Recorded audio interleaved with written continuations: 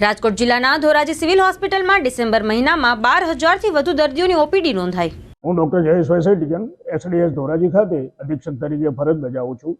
હાલમાં અમારી હોસ્પિટલ ખાતે ડિસેમ્બર મહિનામાં 12,000 જેટલી ઓપીડી નોંધવાયેલ છે, જેમાંથી 70% કેસો શરદી, ખાંસી અને વાયરલ ડિસીઝના નોંધવામાં આવેલ છે।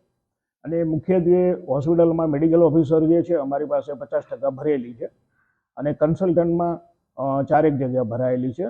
દર્દીઓને પૂરતા પ્રમાણમાં સારવાર મળી રહે છે।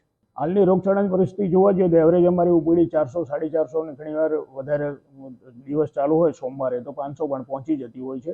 મુખ્યત્વે શરદી, ખાંસી, અપર રેસ્પિરેટરી ઇન્ફેક્શન, વાયરલ અને ઝાડા ઉલટીના કેસો જોવા મળે છે।